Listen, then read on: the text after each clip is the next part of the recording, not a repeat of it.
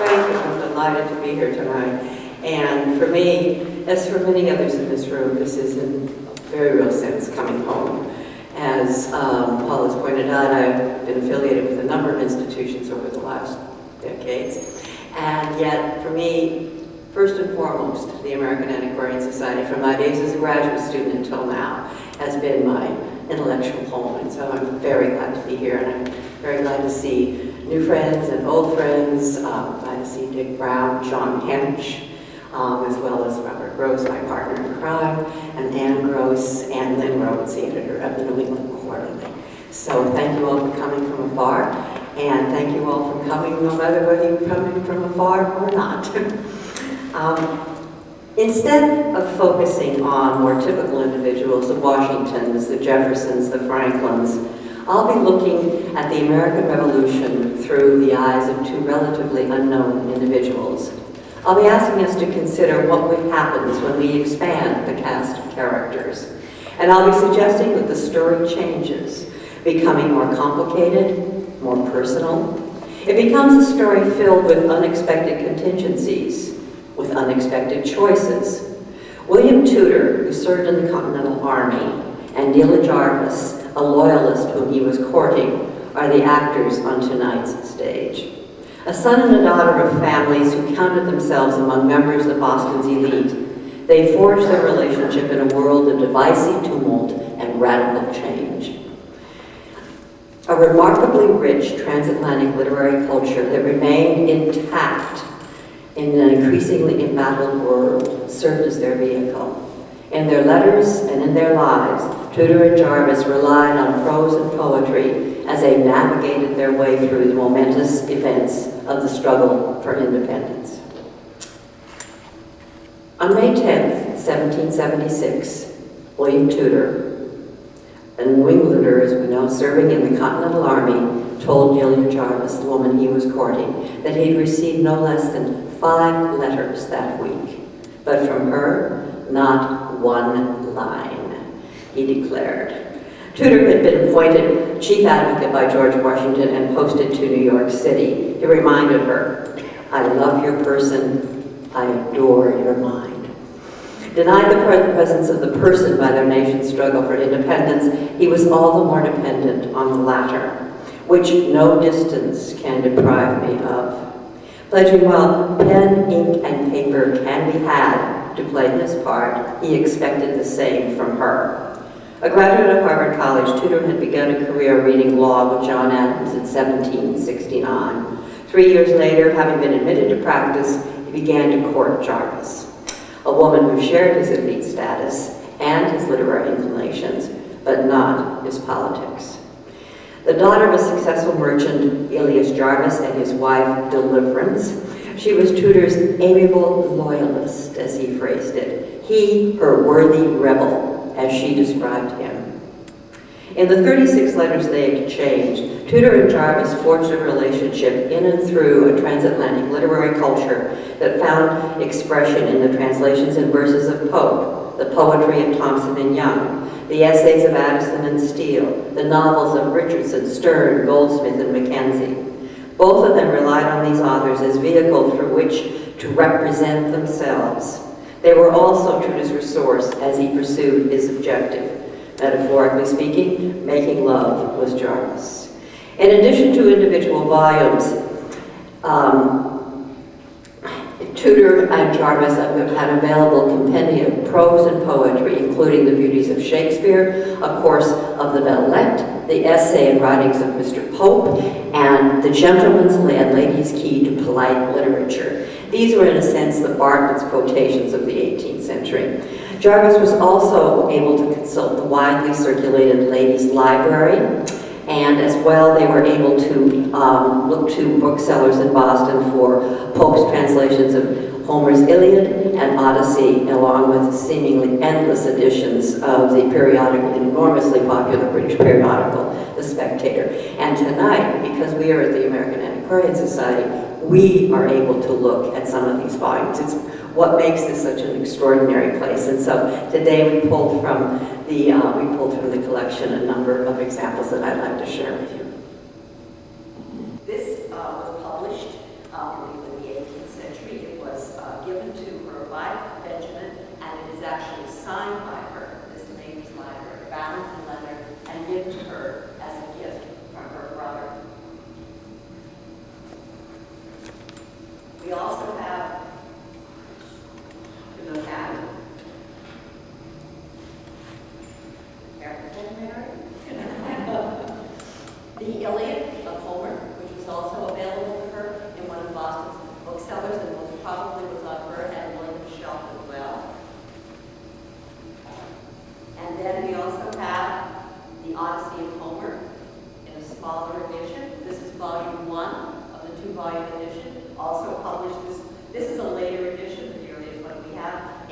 well. It's these kinds of volumes, it's this kind of literature, it's this sort of resource that makes the American Antiquarian Society such an extraordinary place for all of us in this room, and especially for those of us who are here this year doing research. Much of the prose and poetry in which Tudor and Jarvis immersed themselves encouraged the cultivation of feeling, or the affections, as 18th century British philosophers referred to human sympathy. Ashley Cooper, 3rd Earl of Shaftesbury, and Francis Hutchinson conceptualized a human psychology that ascribed the same importance to human sympathy as to human reason. Encouraged to look within, to connect with the empathetic self, individuals were told to honor their affections as well as their rational faculties. The man and woman of sensibility, who was installed as an ideal, had a mind subordinate to reason, a temper humanized and fitted to all the natural affections. Shaftesbury told readers of the aptly titled Characteristics, issued in 1711. Shaftesbury and Hutchinson also posited an inherent moral sense that enabled human beings to distinguish between right and wrong and to practice virtue. As Hutchinson told readers in a short introduction to moral philosophy, which was published in 1747, what is approved by this sense we count right and beautiful and call it virtue. What is condemned we count base and deformed and vicious. But if God had implanted this moral faculty, it was the responsibility of human beings to cultivate their natural disposition to virtue. Tudor and Jarvis claimed this sensible self, this socially turned self, who identified with the needs of others and privileged social bonds. They came to the recognition that others think and feel as we do, as the historian Lynn Hunt has described the operation of an historically contingent sensibility. It is this sensibility, this ability to connect, this ability to display empathy, that became one of the driving forces in the British end to the slave trade. It played the same role as notion of connection, empathy, thinking and feeling as we do, that was a repelling force in 19th century anti-slavery here in this country. Hunt has also noted that the empathy and the moral authority posited by these moral sense philosophers were embodied in cultural practices such as opposition to the slave trade, opposition to slavery, but also in more daily practices that we wouldn't deem overtly political, but which in a time of revolution would take on a political salience. Tudor and Jarvis are notable for the practice they chose, reading and writing the 18th century's British literature. Thinking in and with a remarkably rich culture of polite letters, that is, essays, fiction, poetry, prose of all sorts, they found the voices with which to present themselves as exemplars of sensibility. The pen, ink, and paper Tudor and Jarvis deployed, the discourse of polite letters they commanded, were embedded in a particular historical context. And within that context, they were mediated through institutions ranging from family to school to bookstore to library to institutions of sociability. Residents of Boston, Tudor and Jarvis came to maturity in a city with printers and booksellers, social and circulating libraries, coffee houses and salons, taverns and tea tables. They were raised in families where learning was privileged and books were readily available. In consuming and commanding the print, the two of them displayed considerable economic and cultural capital. They looked to imports from Great Britain and to a lesser extent, reprints as the basis for their libraries. As letter after letter demonstrates, they read deeply in their century's transatlantic literary culture. And, as we will see, they claimed for themselves phrases, narrative conventions, character types, and plot devices they encountered in the prose and poetry they were reading. In correspondence that began early in 1773, it appeared that the courtship William had initiated might end before it began. Although William and Delia would have needed the consent of their parents to validate the contract if they married before the age of 21, their fathers and mothers were not the impediment, or there's no indication that either set of parents was an impediment. Nor was public opinion, which by the end of the 18th century empowered sons and daughters to settle this matter themselves. Increasingly, these sons and daughters were giving considerable weight to romantic love relative to economic and social considerations. The decision then belonged to William and Delia. And Delia herself appeared smitten by William. The obstacle seemed to be less the potential for divided political loyalties than a tentative commitment William had apparently made to one S, and that's the only way this person is identified in all the correspondence, one of their mutual acquaintances. Gentlemen, as Delia informed him curtly, did not disavow pledges. Manners and morals counted. In the first of two letters Delia sent William between January and July of 1773, she took command of both, setting the stage and the roles of the actors in the drama she orchestrated would play throughout the courtship. Theirs had been the social, the disinterested friendship that was grounded in mutual esteem, she told him. That friendship might continue. But having in some fashion committed himself to S, he had to yield his, as she phrased it, present implicit determination. No matter how she felt, no matter the character of the emotions, I think you must entertain for me. Moral principle mattered more than personal desire as far as she was concerned. If he yielded the latter, he would experience another type of satisfaction, she told him, the tranquility which results from having acted with propriety. Closing with the plea to consider the affair in this light, she signed the letter as a friend mind, simply Delia. Tudor, as Jarvis's next letter shows, continued to press his case, and Jarvis, her affections now fully awakened, found herself succumbing.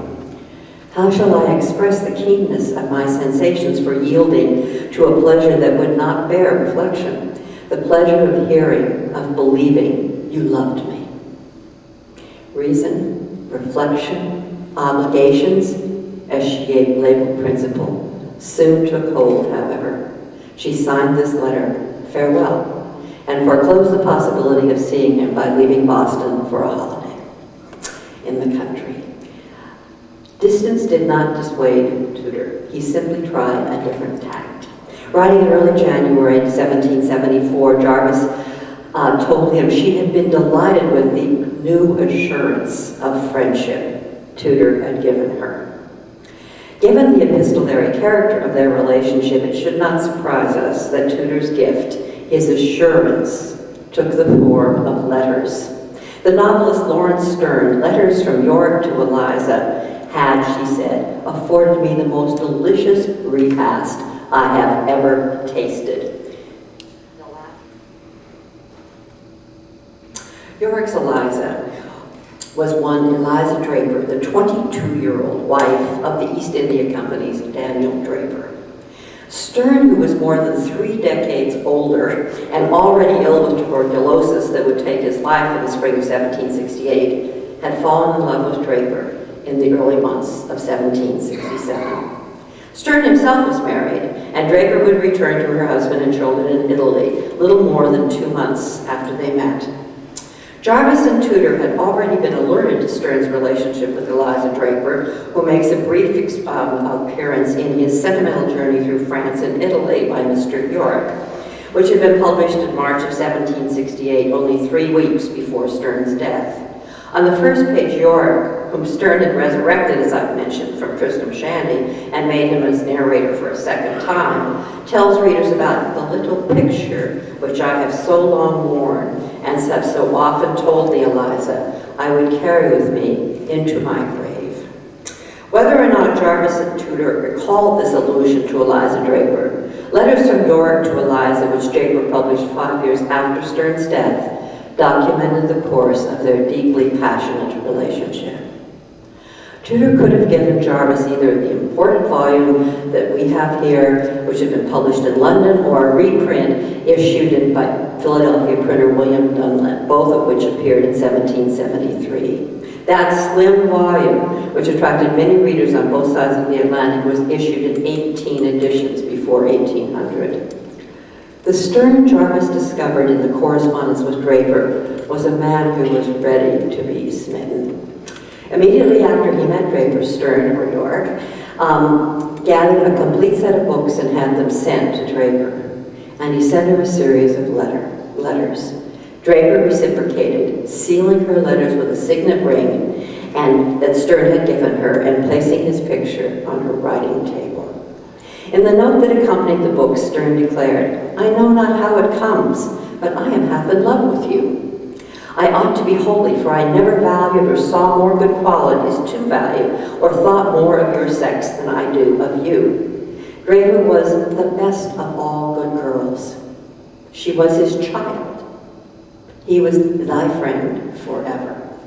As Draper prepared for her return to India, York began a series of farewells. "I shall probably never see you no more, yet I flatter myself that you'll sometimes think of me with pleasure, because you must be convinced that I love you." The next letter represented that love in the form of platonic friendship. Draper should rely on him as the most disinterested and warm of earthly friends. Then, in the 9th and 10th letter of the 10 letters Draper published, Stern seemed to reverse course, shifting from the platonic to the romantic. Should Draper be widowed, she should not consider marriage, because I designed to marry you myself. Stern's wife, who in reality would survive Stern by 5 years, had been dispatched by his comment, "She cannot live for long." But she was dispatched, at least in fantasy, and Stern pledged himself to Draper, "I will love and sing thee, my wife elect." Of course, for us, the question is less what Jarvis read than how she responded to these letters. Why had she found them such a delicious repast? Had she seen them as testimony to the closest union purity could possibly admit of, as the volume's editor claimed? Or had she asked herself if Stern's affection had transported him to a flight beyond the limits of pure Platonism, a possibility the editor would not absolutely deny? Initially, Jarvis seemed entirely sympathetic. "Yorlick's ever thought was ingenuous," she told Tudor. "Little wonder he must have generated a fund of affection."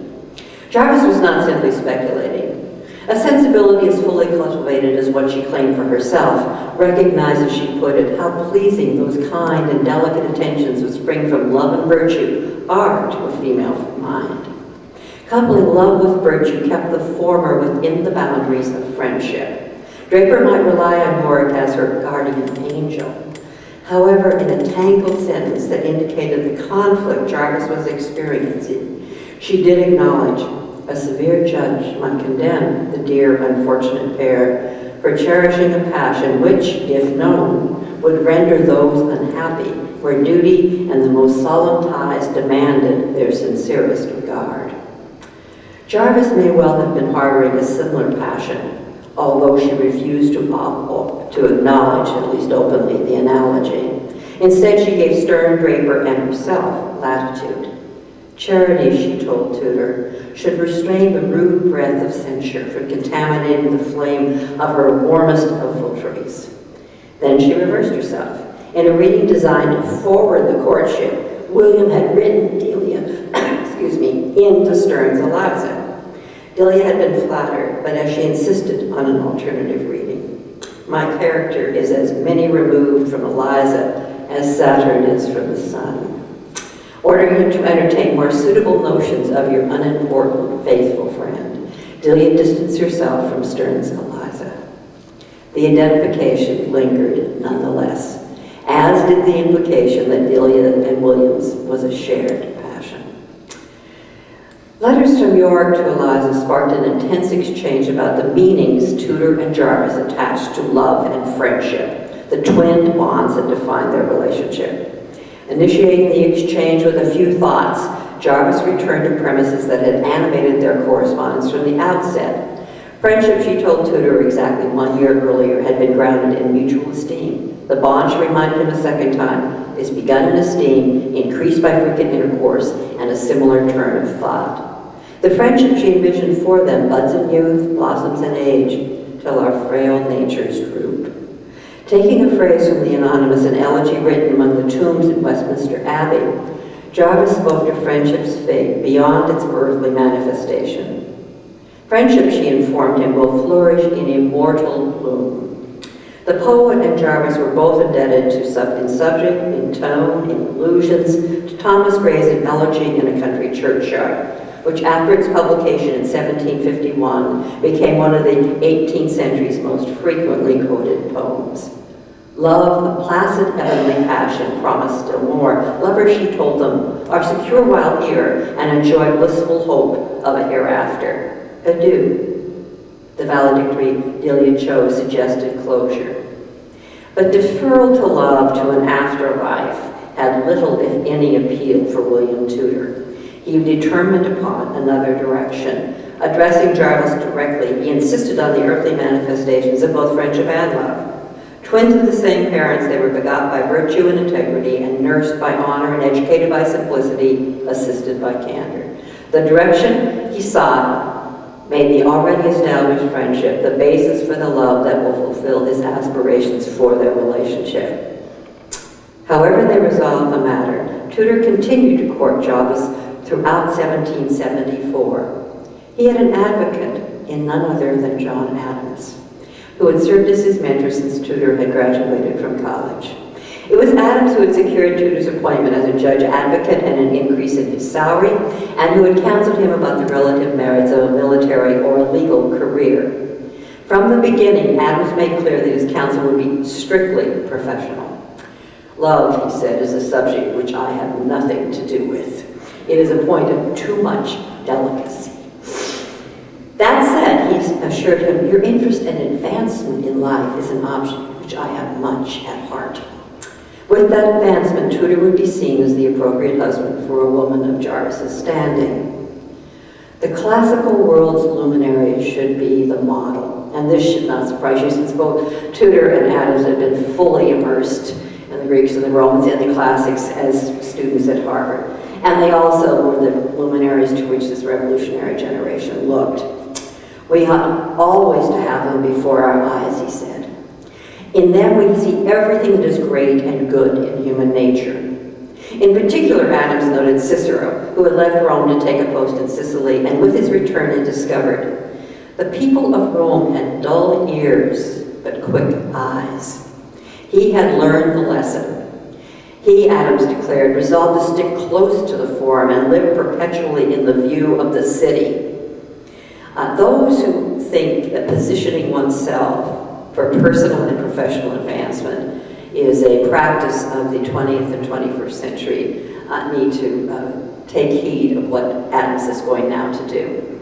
Tudor should make himself equally visible in 18th century Boston. Hang a shingle on King Street, take a seat in Adams' pew in Brattle Street Church, join a club, take every opportunity to speak in public. Publicity made all the difference. The office on King Street placed Tudor in some of the most public places around the Exchange. Attending Brattle Street Church meant he would be seen by more people and those of more weight and consequence. Choosing one of the fine clubs which situated in the nursery of statesmen, lawyers, physicians, etc. That Adams devoted an entire paragraph to lessons in public speaking should not surprise. Obviously, oratory was central, not only to the profession both of them had chosen, but also to the cause that Adams was then pleading before the Continental Congress. If her husband refused to traffic in the personal, Abigail Adams had no compunction about counseling Tudor in matters of love. Writing to him early in that fall, she laid before him a future that incorporated public obligation with private satisfactions. As committed as her husband to the cause of independence, Adams began rallying Tudor to distinguish yourself in these perilous times by arousing your ambition and animating your attention, even to baring your bold breast and pouring out your generous blood. With this sacrifice, should he survive it, he might live to see those halcyon days when ancient fraud shall cease and returning justice shall lift aloft her seal. Then and only then he might claim that domestic felicity which gives society its highest taste. In representing the happiness that awaited him, Adams turned to James Thomson, a poet whom she deeply admired, and chose The Seasons, a poem she always kept close at hand. Drawing from Autumn, the last of the poems in the sequence to be published, Adams celebrated a gendered domesticity that was embodied in a well-ordered home. Tudor's patriotic virtue would be matched by his wife, and I quote, submissive wisdom, modest skill. In a domesticity animated by the feminine dimensions of virtue, she, with every gentle, caring, alluding art, will raise the virtues, animate the bliss, and sweeten all the toils of human life. Given the character of their relationship, it is unlikely that Tudor would have anticipated a submissive Delia Jarvis, but he clearly expected that their marriage would bring the felicity Thomson celebrated. Adams' final line spoke to similar aspirations for William Tudor.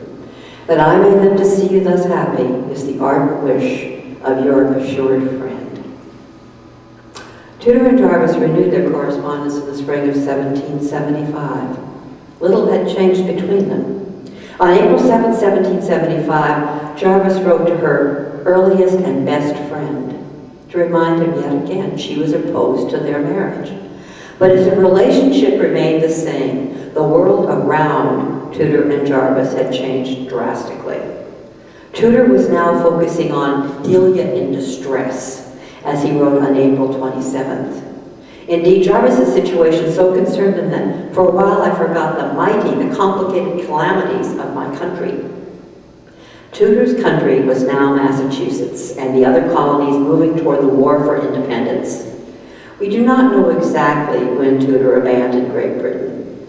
However, when he wrote to Philophasis Parsons in May of 1773, he had already taken sides. The cause of freedom is the cause of the whole community, he said, and every man who is one remove from idiotism must be at heart a friend to it, he told Parsons, his former classmate. He stood with the Sons of Liberty, but he objected strongly to their intolerance. Rather than debate with those who continued to support the crown, they were, as he put it, so illiberal as to deny any man who dissents from their measures either common sense or honesty. Tudor's own fiery rhetoric would come later, and when it did, it would be directed at the British in the wake of the Coercive Acts, which had brought the voiding of the Massachusetts Charter, the appointment of General Thomas Gage as royal governor, and the blockading of Boston's harbor. Tudor then had fully committed himself well before blood had been spilled at Lexington and Concord on April 19, 1775, 8 days before he had written to Jarvis. Now his concern was her safety. Tudor, who had been caught in Boston, tried to secure passes for himself, Jarvis, and her mother to leave the city. Pleading with her, he suggested Andover, Salem, any other place you may prefer. Jarvis chose to stay. Tudor managed to escape by the middle of May. 3 weeks later, he asked a second time, "Let me convey you to some place of safety." Jarvis still refused, and an exasperated Tudor told her bluntly, "The country is surely more secure than Boston." The reason? In the wake of Lexington and Concord, militias from Massachusetts, New Hampshire, Rhode Island, and Connecticut were laying siege to the city. Describing the forces, which numbered 16,000, as a sore with recent injuries, thirsting for revenge and eager to show their courage, they cannot long remain inactive, he told her. Tudor was right. Early on the morning of June 17, he received an encouraging letter from Jarvis asking him to meet her in Boston. Making his way to Charleston, he found not the conveyance he sought, but the Battle of Bunker Hill. In the hours before daylight that morning, members of the militia built a redoubt and a 6-foot-high breastwork extending 50 yards on the redoubt's east side. 300 men within the redoubt and 1,200 behind the breastworks faced 2,300 British regulars who were ordered to conduct a frontal assault. Again and again, the British suffered severe losses and were forced to fall back. The third time they did succeed in taking the redoubt. The cost for the militias was considerable. They lost nearly 150 and suffered more than 250 casualties.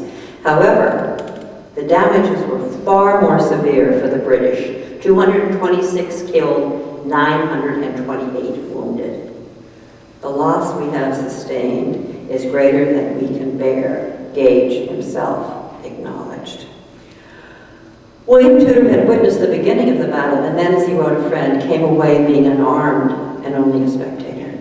9 days later, he wrote to John Adams, Tudor did not consider the retreat a mistake. He noted proudly that the rebels had twice repulsed them. Then, and long before military historians came to the same judgment, he insisted, such is the situation of that hill that we could not have kept it, exposed to the mighty fire which our men must have received from the ships and batteries. In the aftermath of Bunker Hill, Jarvis did consider leaving Boston, at least temporarily, but decided the risks of being permanently separated from her family were simply too great. While in Boston, she had not been terrified of what she called the poverty or any external evil, but a longing for lost pleasures was apparent in the lines she took from Shakespeare. Life is as tedious as a twice-told tale, vexing the dull ear of a drowsy man. Jarvis's elite status brought her protection from the toil being exacted on others, but she did have the grace to acknowledge her certain self-indulgence. When she looked at Boston still occupied by the British and saw the variety of distress which is now to be met everywhere, I am silenced and feel unbounded gratitude for the exemption from those miseries. Still loyal to her friend and to the crown, she hoped Tudor had not, as she put it, metamorphosed into a soldier. He had done exactly that.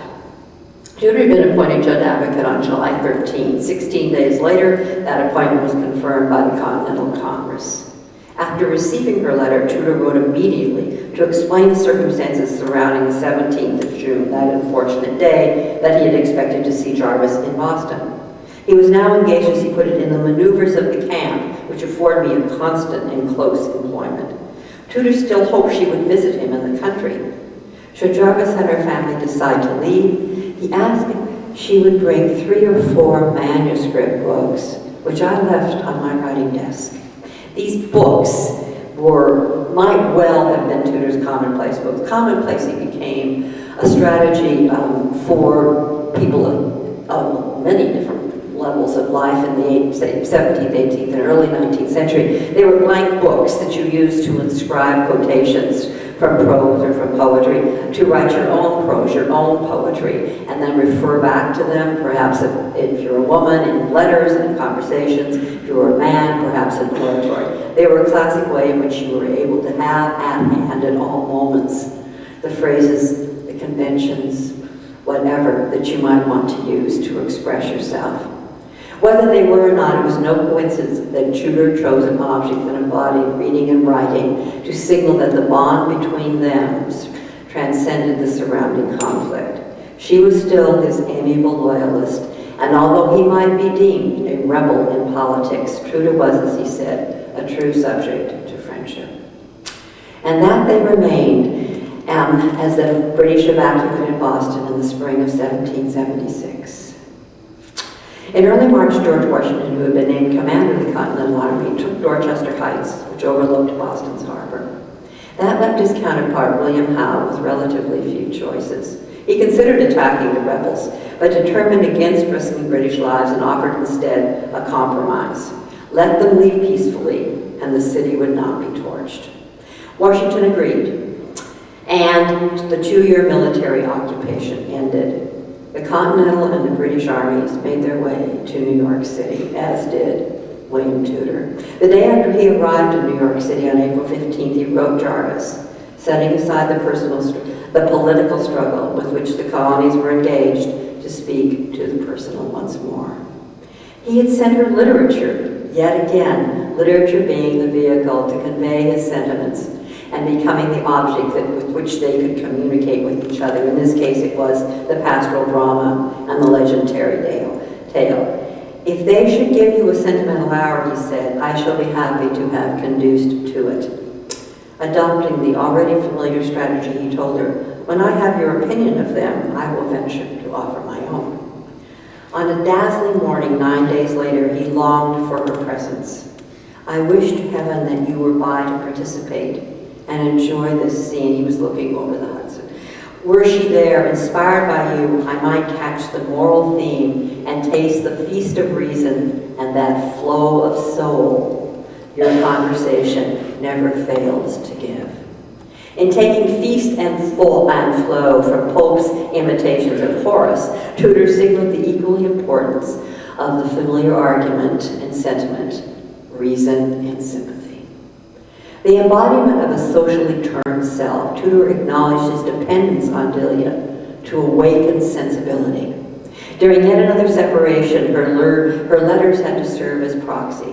The highest pleasure I know in private life is to receive a letter from you, he told her pointedly in his next letter. Neither of these pleas got Tudor a response. Finally, and in exasperation, he declared in early May, "It is to a third person that I am indebted for the satisfaction of knowing that you are well." This time, Jarvis's response was immediate. "At the voice of friendship, I woke from the sleep of insensibility." That she could say for herself.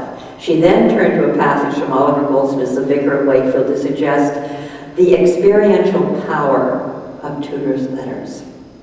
Soft as the dew from heaven descend, his gentle accents fall.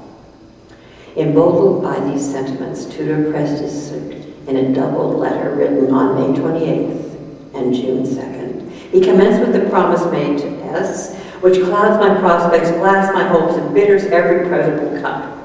The language and the tone were excessive. The objective was simple, to elide the mistake and open the rhetorical space for his initial bid. He told her he was now ready to resign his position as judge advocate and return to Boston, although not until I had the general's entire approbation.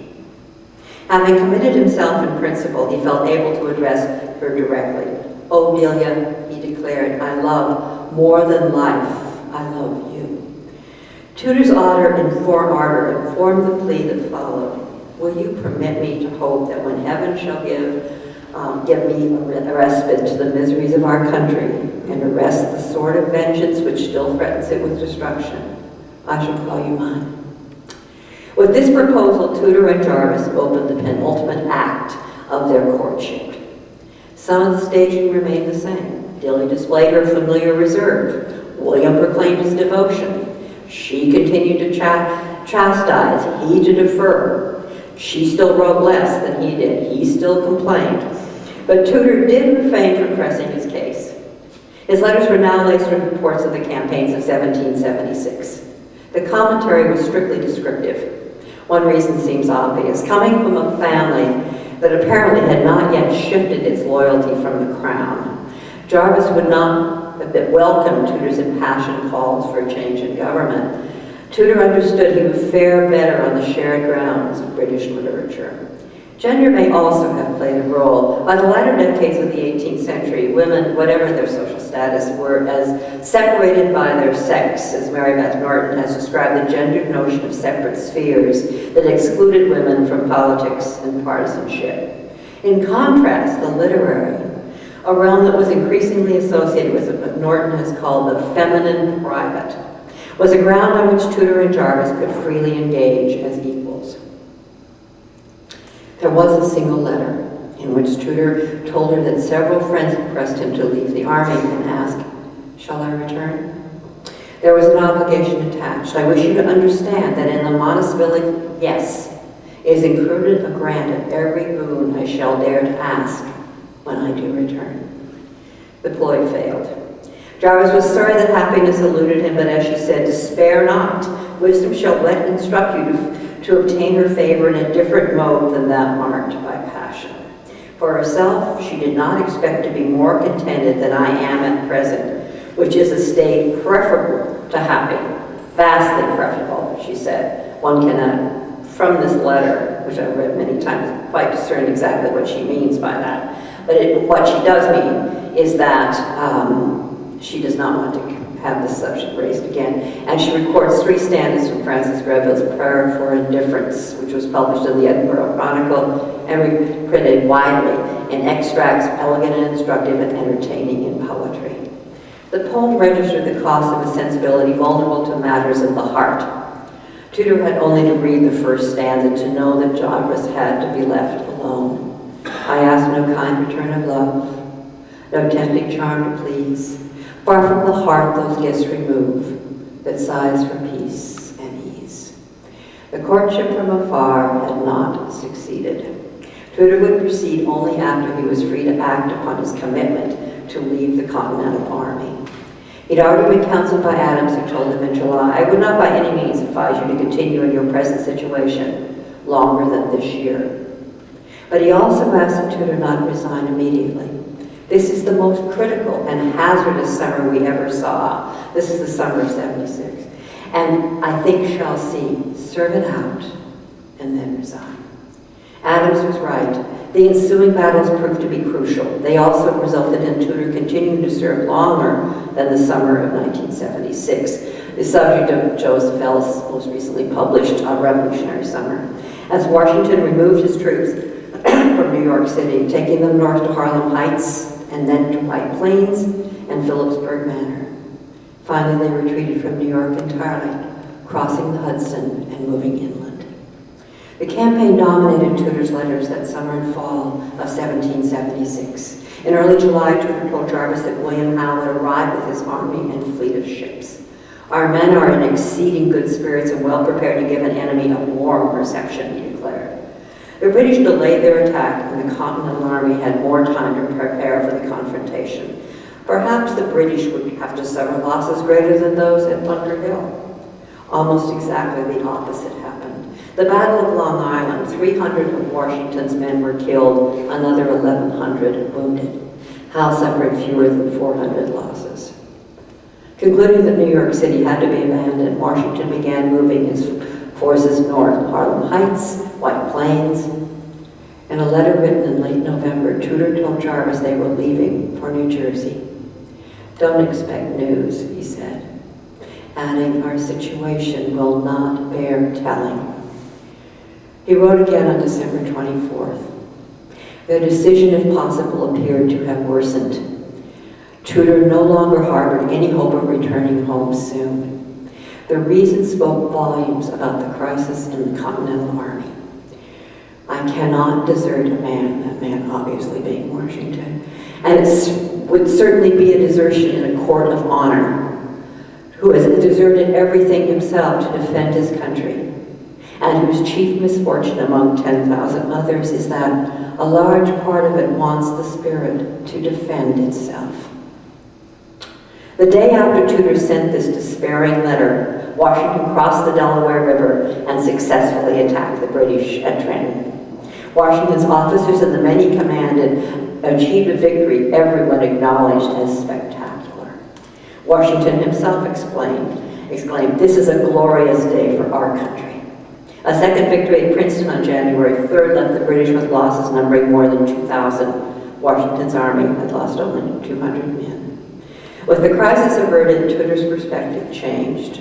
In early February of 1777, he wrote Jarvis from Morristown, New Jersey, telling her, "The instant the prospect brightens, and peace and security promises once more to smile on our country," it would be a few years before that happened, "I will try to assure you that next to the quiet and prosperity of America, my warmest wishes to merit and meet your friendship." 6 weeks later, he acted on personal desire, taking leave from the army and departing for Boston. "Aha!" Adams exclaimed with no little irony in a letter to Tudor dated April 27th. "Exchanging the pride and pomp and circumstances of glorious war for the soft charms of wedlock and domestic felicity." William claimed Delia in marriage 1 year later. We don't know how they settled the disagreement about S, although Tudor must have formally ended that attachment. We also cannot determine the degree to which Tudor's leaving the battlefield informed Jarvis's perspective. But his politics must have had a slightly sharper edge for her, a less immediate concern. And Jarvis must rather either have abandoned or come to care less about her loyalism. What I think I want to suggest here is that people's loyalties and their sense of themselves were very complicated matters. It was not determined immediately one way or the other, and people shifted all the time. As you can see, Tudor and Jarvis shifting themselves in terms of where they stood and how they were going to make lives palpable, possible in these tumultuous times. Having succeeded in persuading Jarvis to privilege love rather than friendship, Tudor fulfilled the rest of his promise. Immediately after their marriage, he resigned his army commission. Tudor returned, as Adams had predicted in that letter of April 27th, to the practice of law and the pleasures of books and the city. After Tudor's and Jarvis's marriage in March of 1778, William Tudor followed exactly the path Adams had mapped for him that summer of 1774. He returned to the practice of law, taking care to emulate Cicero, to live perpetually in view of the city. As Adams described the classical orator's performance as one of Rome's most prominent citizens. As Boston's town council, Tudor chaired several committees, including the sweeping of chimneys, the lighting of streets, and the reorganizing of the school system. He served as representative of Boston in the Massachusetts General Court from 1791 to 1796, as a state senator from 1801 to 1803, as secretary of the Commonwealth from 1808 to 1809, and as clerk of the Supreme Court from 1811 until his death in 1819. He was in the public. He also delivered and published a series of orations, including one commemorating the Boston Massacre of 1790. After their marriage, Delia Jarvis Tudor joined the company of 18th century women who were separated by their sex. With her disappearance into domesticity, she left no public record. There was one notable exception, a carefully orchestrated salon she held for French military officers visiting Boston in the 1780s. Delia, whose French was impeccable, composed and presented verses, played the harp, and arranged a program of French songs. The Marquis de Châteauneuf was delighted. I thought myself in heaven, or which is the same thing, I thought myself returned to my country, which was exactly what Delia intended in replicating the pre-revolutionary salon in which women on both sides of the Atlantic displayed their accomplishments. And what more can we say about William's and Delia's lives together? Did its tone, its temper, bear resemblance to the world they created during their courtship? We cannot know for certain. But we do have a glimpse of Tudor's aspirations, which Jarvis would have shared, in that letter he had sent to Theophilus Parsons at the beginning of their courtship. Writing on May 7, 1773, he told his former classmate that his office on Queen Street, as he put it, at the center of patriotic disposition and political inquiry, had led him to his immersion in politics, and he put that in capitals. But already he had begun to long for an alternative. What I want now, and perhaps always really shall want, I endeavor to supply by imagination. In his fancy, he was surrounded by, as he phrased it, a chosen group of people, sensible, generous, clever, with easy fortune, suggesting status, with easy fortune and independent souls, who should possess a philanthropy enough to be citizens of the world.